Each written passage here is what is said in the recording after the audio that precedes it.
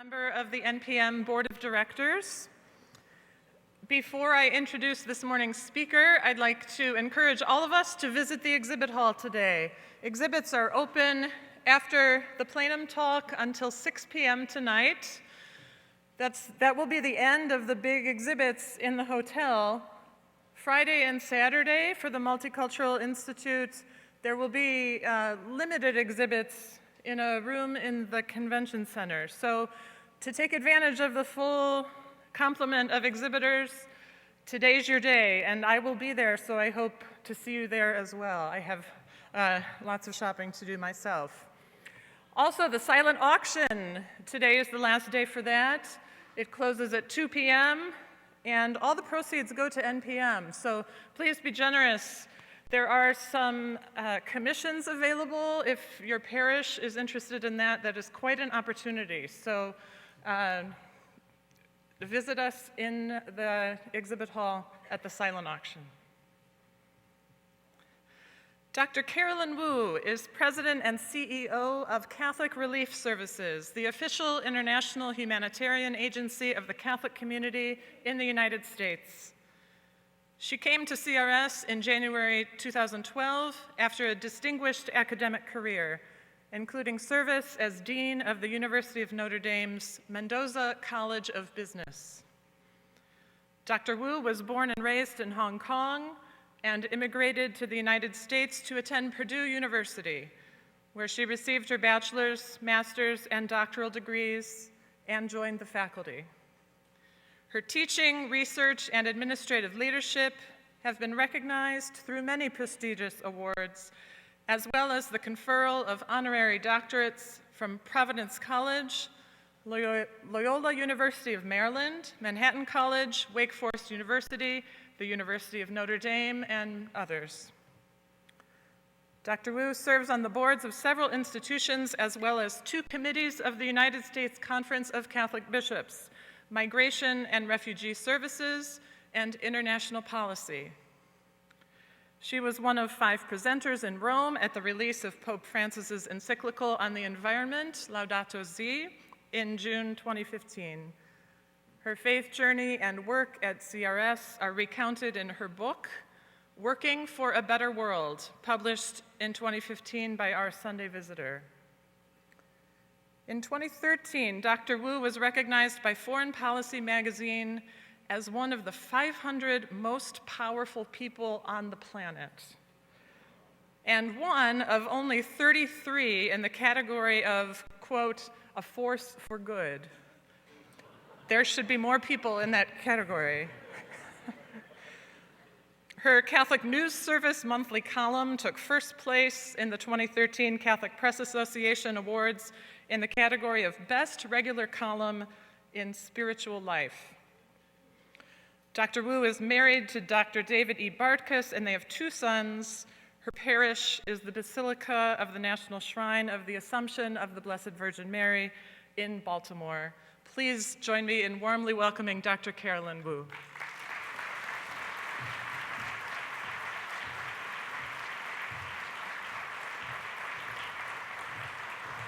Thank you. Thank you very, very much. When I received the invitation to do this keynote for the National Pastoral Musicians, I thought, you know, I am tone deaf and know so little about music. I took 10 years of piano lessons, and I was old enough at 14 years old, gave them up because I was so untalented. But it was out of a desire to say thank you, actually. Thank you for the support you have given to CRS. I know many of you have supported CRS. And thank you for what you do in your work. Music adds so much to the way that I participate in worship. And even though I can't sing, you know, I boldly join along because it's a way of proclamation and it's a way of praying. So I just want to say thank you. I actually have over 200 of your hymns on my iPad. I use it as a way of prayer, and a lot of times reflection when I don't even have words. Just as an example, last night I was coming back from 3 weeks in Europe, and part of that journey was to track our work to serve the refugees and the migrants in Europe. And I was in Serbia, I was in Greece, I was in Lebanon. And the things that I've seen, not just from this trip, from prior trips, it's very hard to debrief. They're very, very powerful experiences. Some of it I will share with you in a little bit. So it was a long flight from Beirut to London, and then from London to Houston. I slept a little bit, I worked a little bit, but my final hour before the plane landed, I just listened to your hymns for an hour in order to sort of decompress and to process what is it that is in the world and where is God in the midst of this, and what we are supposed to get from these experiences and how do we move on. So, and these are the times where words fail.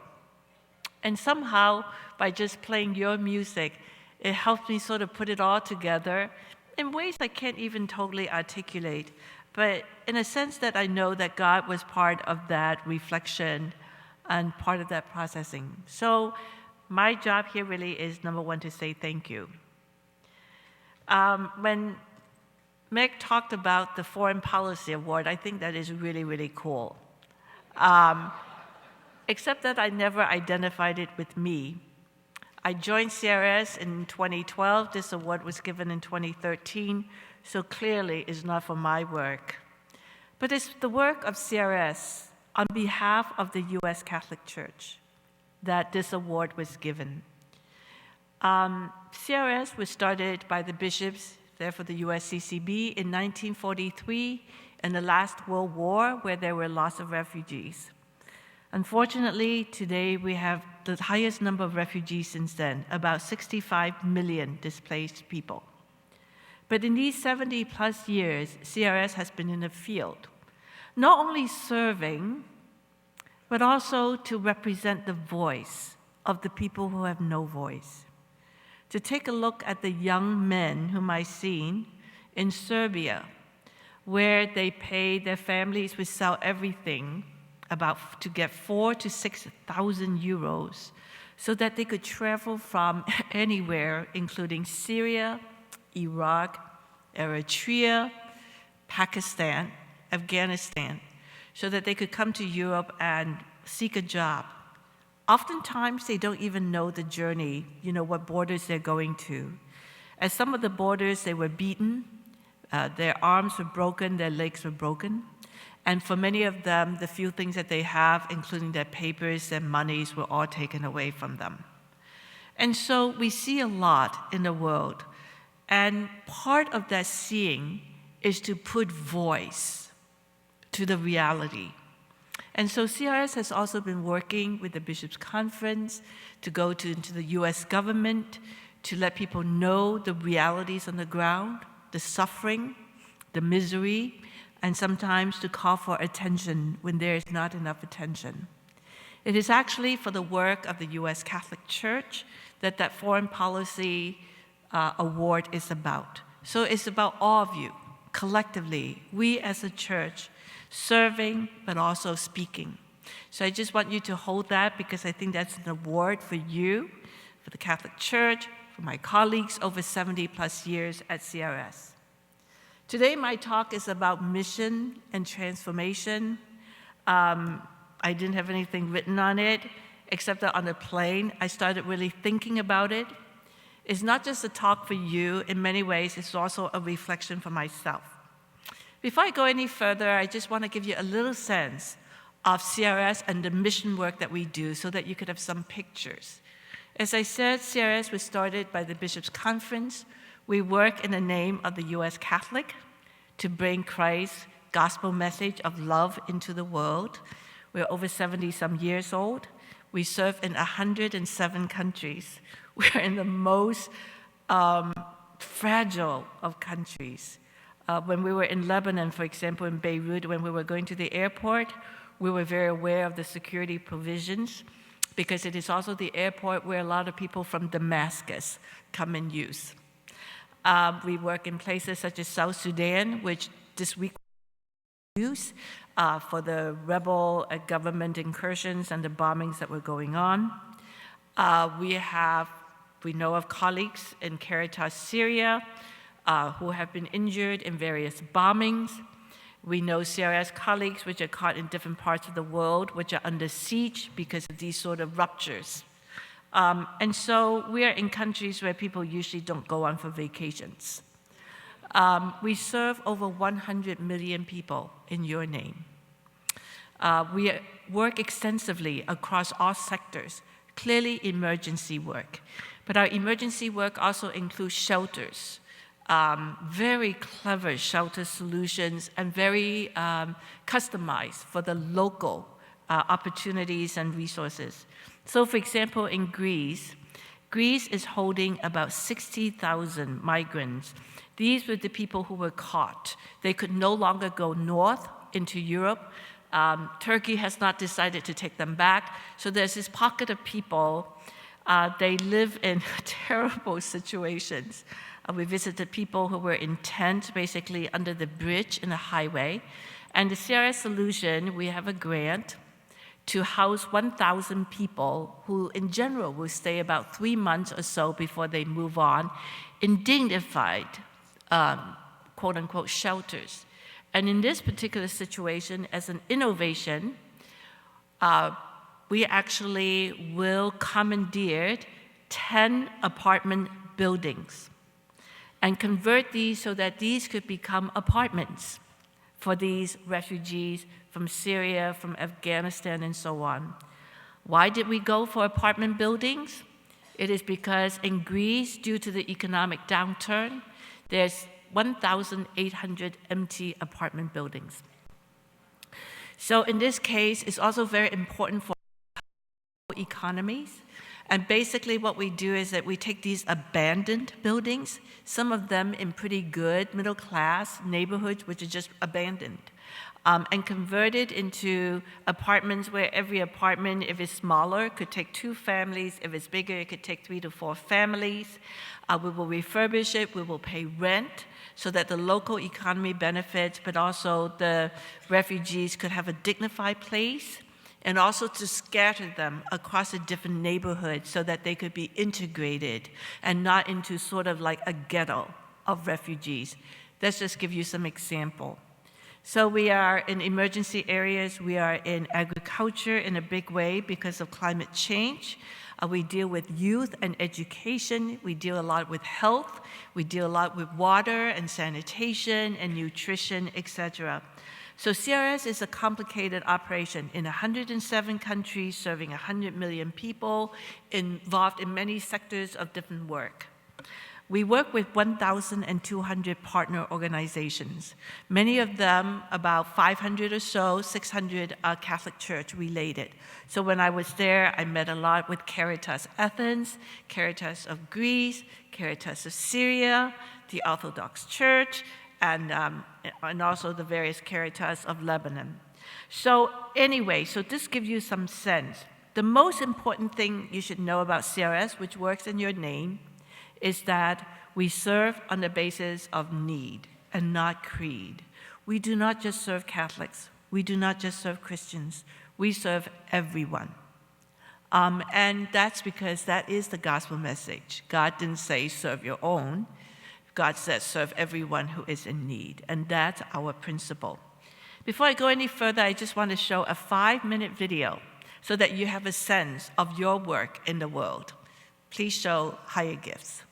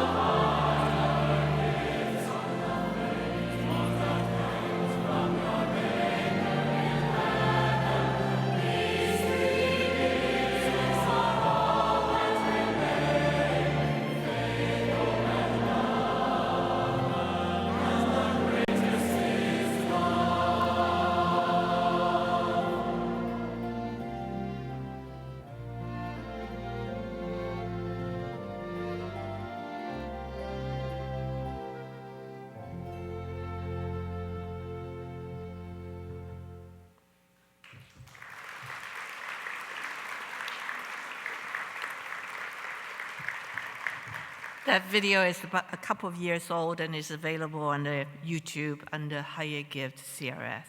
But it gives you a sense of the work which is being done in your name. It is important to also see the joy which are in people's faces. Because a lot of times when we talk about people in need, we see only misery. We forget how close joy really is to, and how close misery is to joy, and sometimes that intervention is just to know that someone cares, someone is helping, and that we're not alone. I think one of the most difficult phrases or questions that I hear when I leave these visits, and it's very stark when I do these visits because I'm not used to like my colleagues who work with these people every day, every time I walk into the worst of situation, and then I leave again. But the most devastating and difficult question or phrase that they ask is, will you forget us? Never let anyone forget us. Do not abandon us. I just met with Caritas colleagues in Syria, and they say, Carolyn, why don't you come to Damascus? Why isn't there anyone, from CRS or the church to come to Damascus? And that question haunts me, by the way. But just to give you some sense that there is joy. And oftentimes the difference between that misery and joy is really someone caring. Before I go into this whole area of mission and transformation, while thinking about this, I asked myself, what have I learned in my 4.5 years, given all the situations which I have been in? I'm going to share 5 of those things that I have learned, and I think in some ways, they are anchors in my own faith life. The first one is that evil is real. Evil is in the world. And evil comes in the form of these utter destruction, the taking of lives, the maiming of lives, the taking of dignity in such a way where people are really not treated as people. They are really treated as enemies. And if you were enemies, you are worse than animals. I've been to quite a number of sites where genocide has taken place. I've gone to places where starvation is engineered as a way of eliminating the enemies. I've seen situations where rape and the burning of homes, the taking of lives, just completely erases any sense that humans are different in a sacred way, that there is no more boundaries between humans and animals in the way that they are treated. And I think that that is evil when we lose sense of what is human about another person. The second lesson I have learned, and it affects me even more, is about original sin. These are theological concepts I think you learned when you go through 2nd grade catechism, evil and what is original sin. I see original sin in each of us and in everything. And it comes in the form of divisiveness. It comes in all sorts of ways, pettiness, the need to define what is mine so strongly that there is just no recognition of what can be shared. It could be in the need for power and control. It could be in the need for vengeance for things that happened 20 years ago or 200 years ago. It could be in infighting within government administrations, between different agencies, and sometimes even within the church. There is that divisiveness, and sometimes it's that fear of letting go of what is mine. It's the need for power to the point where power cannot be shared. It could be vanity, but it is so pervasive.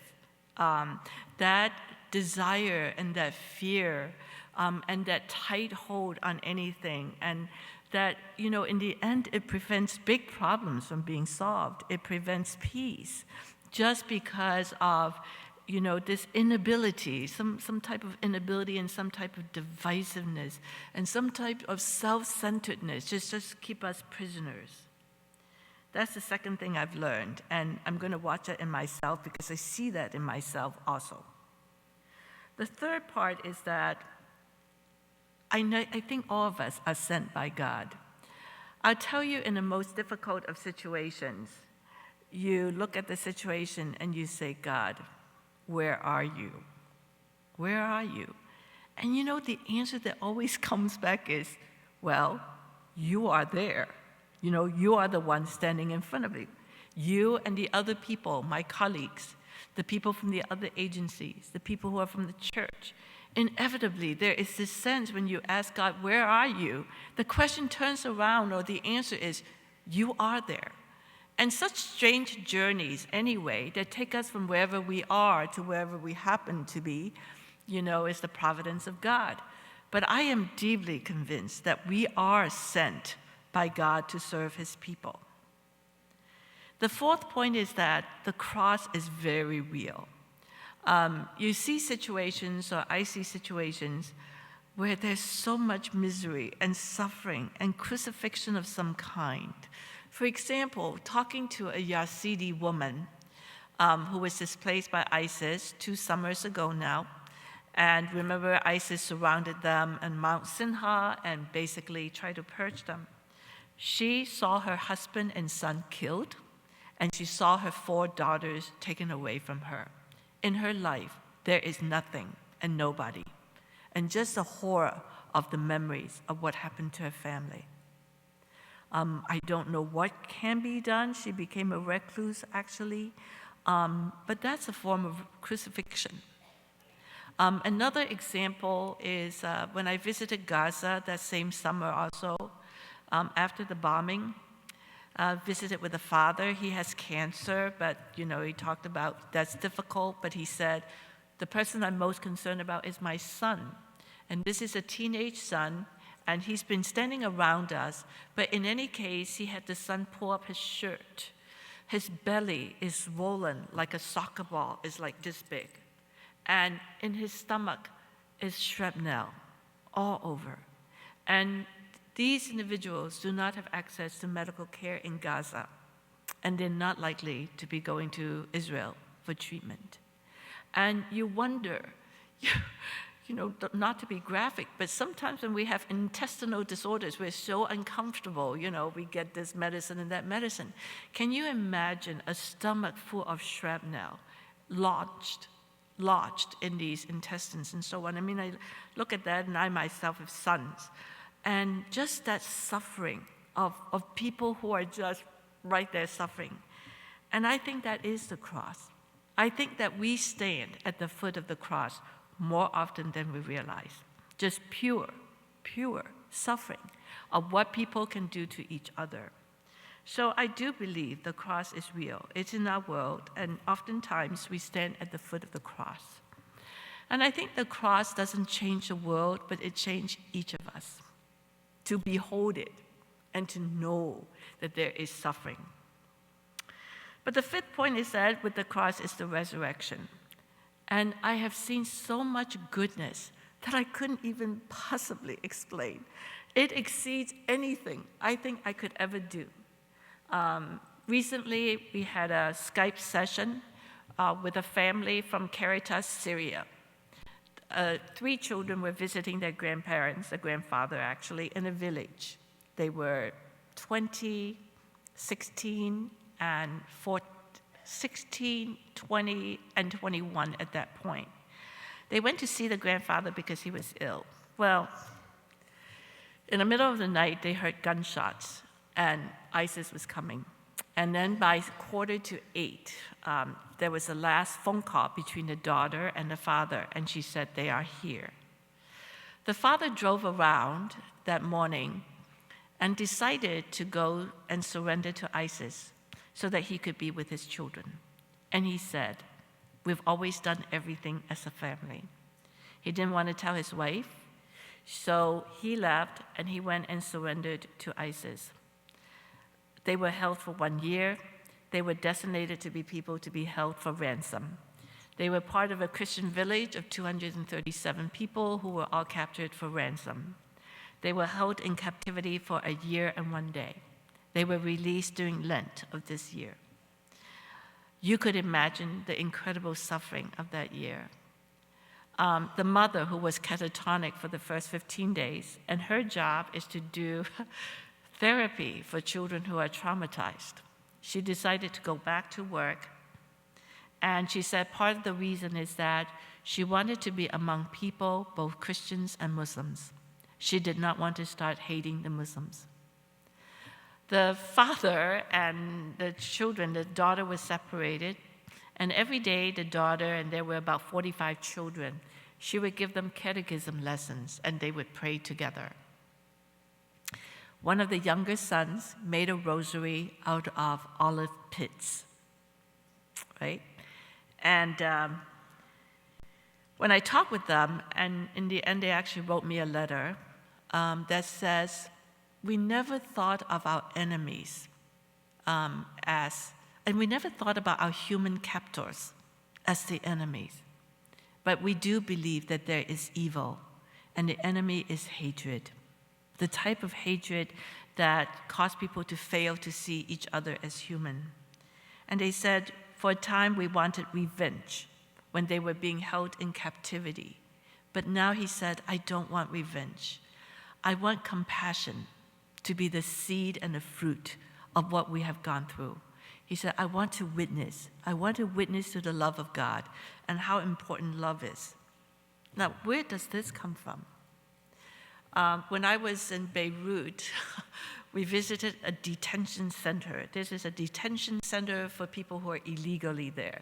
Like they entered the country illegally and they were captured, or they were contract workers who decided to leave their employers before their contract was over. Sometimes because of abuse, sometimes because the pay was so low that they chose to go outside and get part-time work in order to increase their pay to send home. In any case, this detention center was the underground garage, and it was so dark, it was so suffocating, although now there's some ventilation. Electricity goes out sometimes.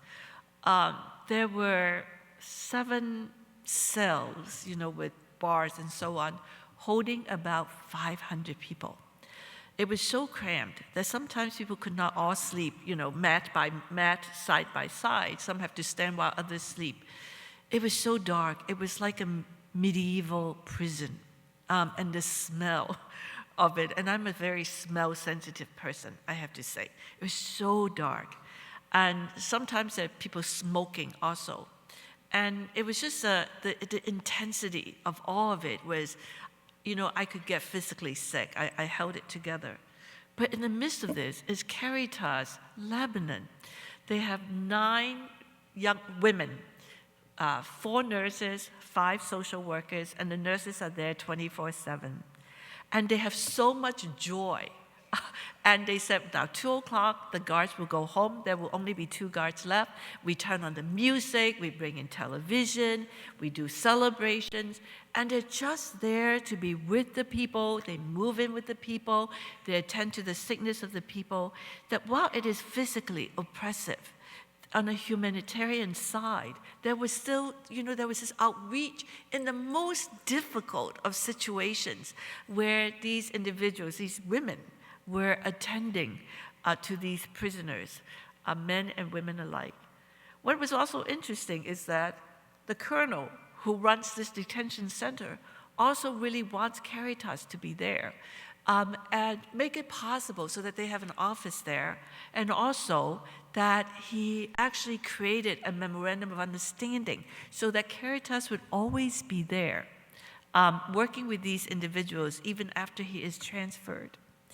After decades now, they're going to get a new detention center. And we saw it, the outside of it, and it was really much more cheerful and it's above ground. And what is most incredible is that there is a wing of this detention center for the Caritas office. So if you think about sort of like in the most awful of situations, there is also this incredible goodness there too. I met a woman in another detention center. She's actually serving the women, and here it included women who have been raped, some of them at the border. People have been abused by their employers, and this is sort of like a safe shelter. And you could imagine, and there were about 48 women there, The center was so clean. It could house 80 people. The center was beautiful. And this woman who was attending to them is from Sri Lanka. She has a gift for languages. She could do English, Arabic, and Sri Lanka, I guess. But she herself was trafficked. And something happened to her. It was an accident. She could not remember what happened to her. In any case, she woke up in a hospital, and she had lost a leg. And instead of moaning that she has lost a leg, she decided that she would want to use her life. She said, I had nothing but blessing. I just felt like I was so blessed. Well, I didn't have one leg, but there are people who didn't have two legs. And she made it a point to be in this center. She had first volunteered. She was just a servant.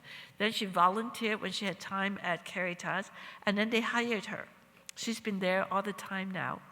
And she is so full of joy. She doesn't take any time off. I said, why don't you take any time off? She said, because this is where I have the most joy.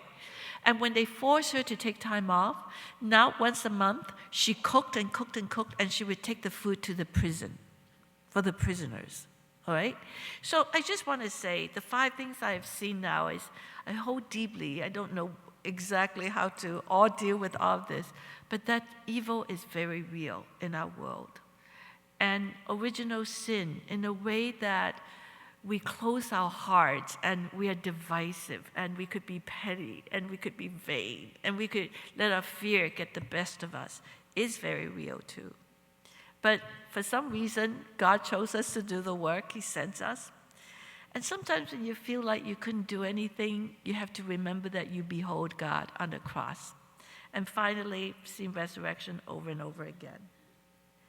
So turning to sort of what is mission and transformation, which is what you asked me to talk about, I think that mission, I guess all of this is about mission also, is the first thing I could say is that our God is a God of mission.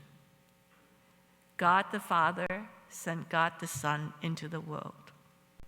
God the Son sent us, breathed His Spirit on us, sent the Holy Spirit to guide us so that we could go out and serve. The gospel, the greatest commandments is love God and love our neighbor.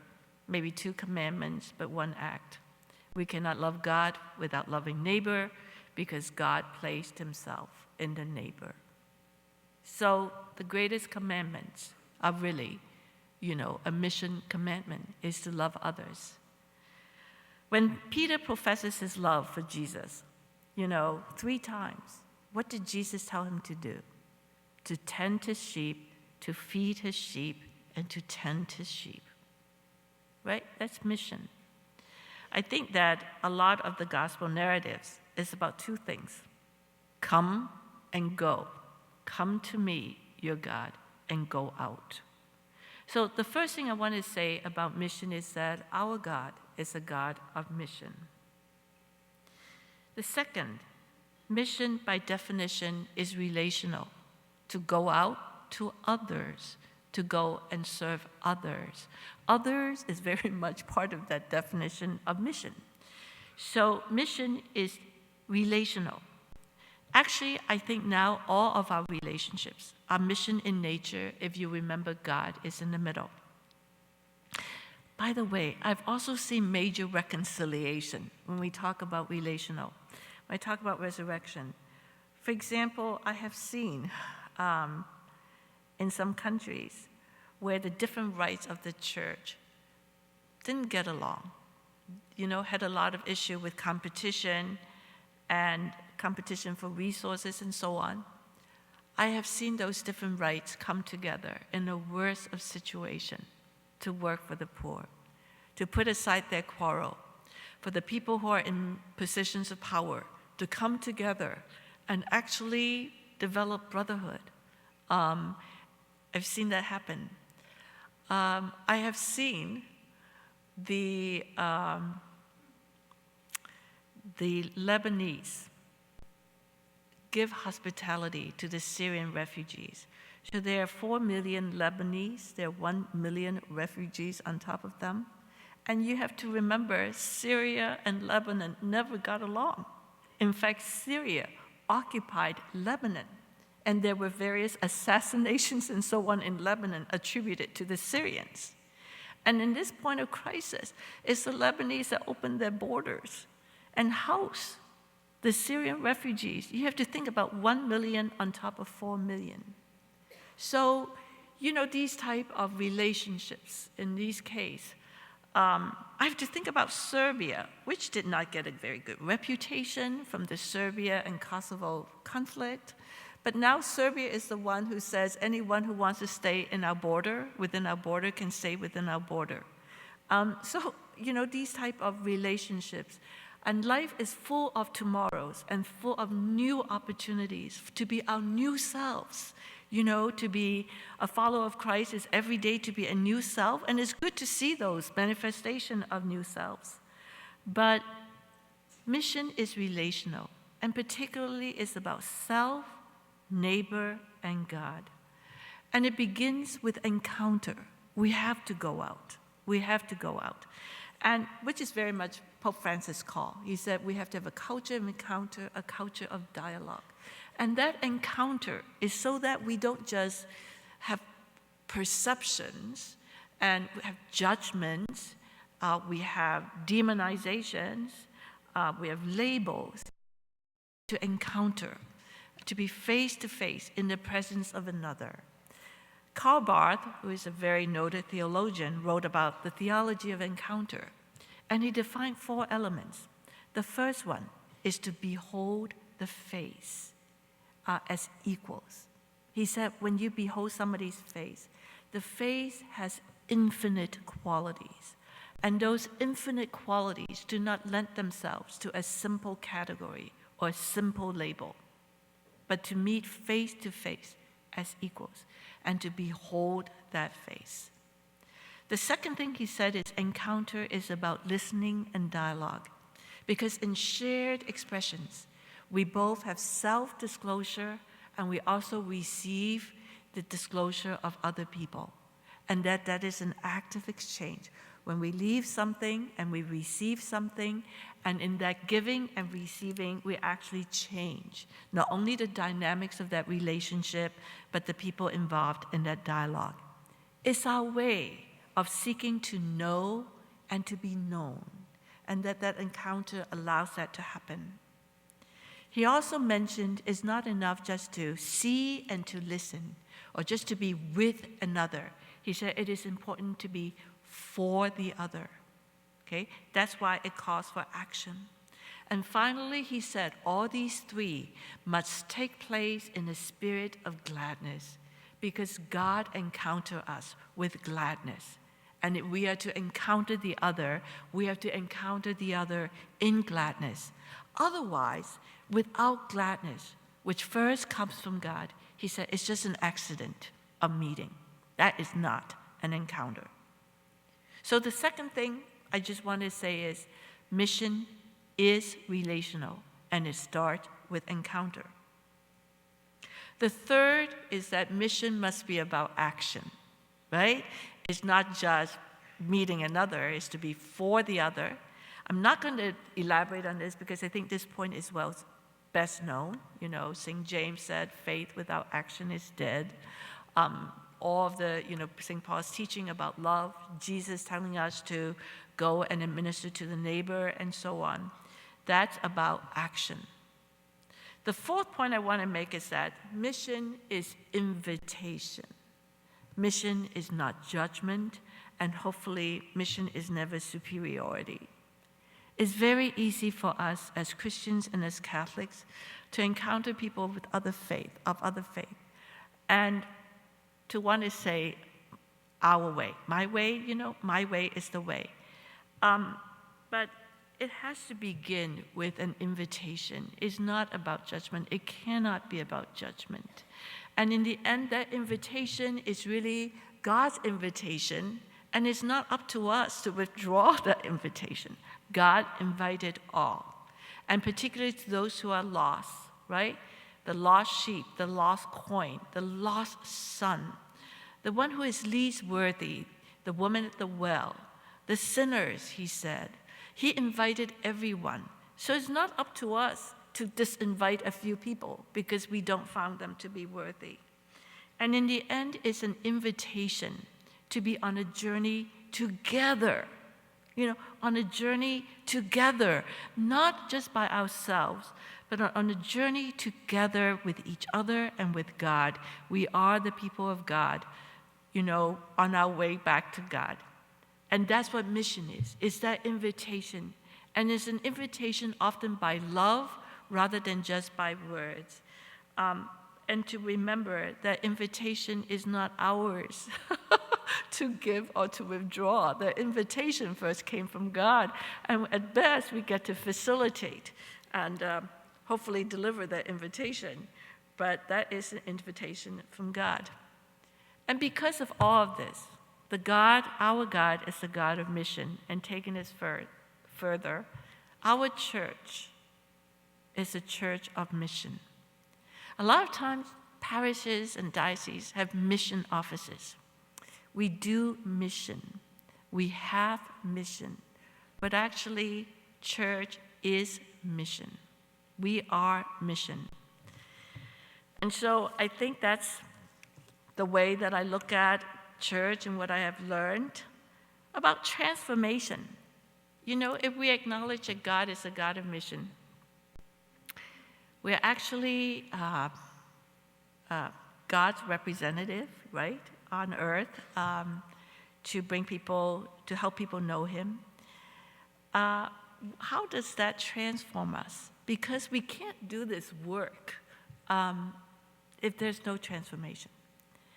In this context of faith, transformation is always about the mind and the heart. And it's always a transformation toward God, from an alienation from God to a desire for wholeness and for joy in God and seeking that wholeness. It is about going from self-will to God's will. It's about being more Christ-like in the way we think of others, in the way we approach others and treat others and work on the behalf of others, is to be more Christ-like. And I think in the end, it's the transformation of self for the other and for God. That's what transformation means to me.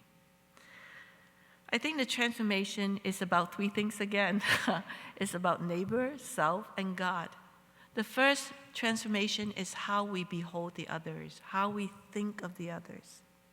Because we want this transformation to be centered on God, to be more about God's will than our will, to be more Christ-like. So the first one is how we behold the others and how we seek to know the others. And look, we are all socialized people, socialized creatures. I guess we get our identity from the groups that we belong to, from the groups who nurture us, from the groups who brought us up and do things with us. So we do inherit that sense of self from the people we know and from our closest community. But part of growth, whether it is intellectual maturation or whether it is in the development of faith, it is the whole idea of how we push out the boundaries of how we define self by looking at the others in a different way. I remember 20, 30 years ago, there is a commercial, and I think it's about actually respect for nature. It says, you cannot cherish what you don't love, and you cannot love what you don't know. I think that's the same thing about other people, other tribes, people who are very different from us in many different ways, people of other religions, people who carry labels which is socially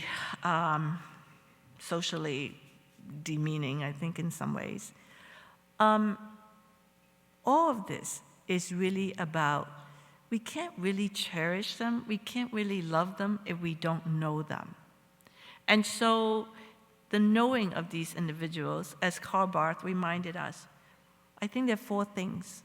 To remember to know people as equals, not people beneath us, not people unworthy of us, not that. The second way is to know people as a mosaic, and not reduced to one dimension or two dimensions.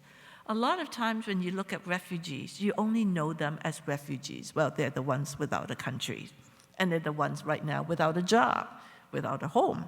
You could see all of those. But it's so important to recover the story of who they were before they became refugees. Why did they become refugees? And what do they want from this journey? So that it's not just about the refugee experience, it's about their experience as people, as parents, as professionals, as people of their own faith, but not just, as a single dimension, to know them as mosaic. The third part of it is to not be self-referential in the way that we know other people. I don't know about you, but I used to compare other people to my culture. It was first the Chinese culture, and second thing is then the Western culture, actually the US culture. And I thought, what a strange thing to do. Well, it's strange relative to my experience. What a bad thing to do. Well, bad relative sometimes to my own culture.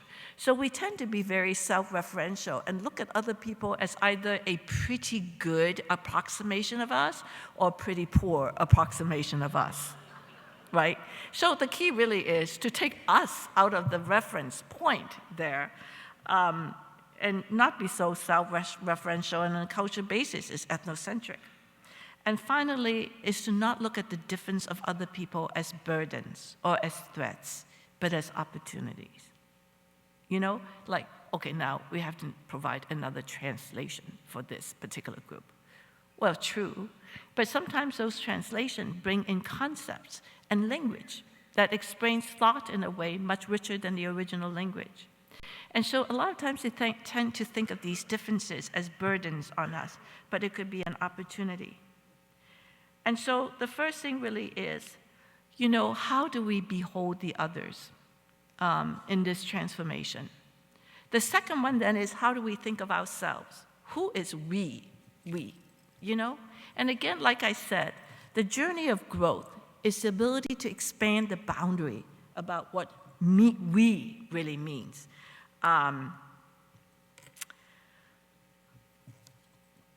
Making place for the other, making place for the newcomers. How do we make place for them? Are they we yet? Are they really part of family? Or are they guests? Or are they guest workers? Yes, we make a place for them, but what is their place within our community? Do they share any decision-making power? Do they share decision relating to resources and directions? And so it's not only to accept other people as we are comfortable with them, but the whole idea is we in terms of what is their place at the table. I want to use a little minor example, but it was very inspiring to me. My classmates and I grew up in a time when, all of us, our first language is Chinese. So our second language is English. So sometimes it fosters a sense of laziness about learning other languages. And it was the whole idea. I already learned a second language, right? So did that part. So we're not very good in going to pursue a third or fourth language. We just feel like we've done that. But my friend, who is my age, who's not young, she just recently, a couple years ago, started learning Spanish and now could carry out a conversation in Spanish. And I asked her, I said, Judy, why did you do this? Well, she said, my son, her son, who is Canadian Chinese, married a woman from Panama. No, not from Panama, from Puerto Rico. But this woman speaks English. Her daughter-in-law, she's in graduate school, a classmate of her son, and can communicate. But she said her mother cannot communicate in English. Her mother could only communicate in Spanish. So I learned Spanish because I want to be able to talk to her mother. I said, wow. I said, you really did that? She said, Carolyn, this is what being family means. Right? So that she thinks of the mother of her daughter-in-law as family. And she wants to talk to her as family. right? And I think that's what it means when we start defining who we are, who is in our family, and what would we do, how are we, to these newcomers in our family. But the third one is then the transformation of how do we think about God. Can we broaden our concept of God? We know that we all put God in some boxes. Some of your boxes may be bigger than mine, but we all have boxes. And the whole idea is when we could appreciate the multifaceted nature of other people, can we extend that to the multifaceted nature of God? Can we see that? When we behold and cherish those differences, their composition in different ways, can we therefore also give praise to a God who is the author of all of these differences? Can we free our God so that it is not just my God, but this is the God of all people? Can we in some ways think about God's bounty differently? God's bounty on earth, which is meant for all. Can we really believe in that the bounty of the Lord in the land of the living, that this bounty is really meant for everyone, not just for those who by accident of birth happen to sit in a territory where there are much better resources, not just those who hold titles, because there are many people on earth who don't hold titles. Their ancestors have lived on that land for hundreds of years before there was the idea of titles, so they don't hold any titles. Can we free the concept of the bounty of God so that this bounty is not just limited to the accident of where borders happen to be located and where people happen to hold titles? So these are the transformation. And I have to say, in the end, mission is really the outpour of God's love in action to all in this place and at this time. It's the outpour of God's love in action, here and now, wherever we are in that local context. By definition, mission is sacrificial. And it is disorienting because in the end, Christ is a stumbling block. And the question I think for us is, this is the fruit of a mission church. Are we ready for those fruits? Thank you very much.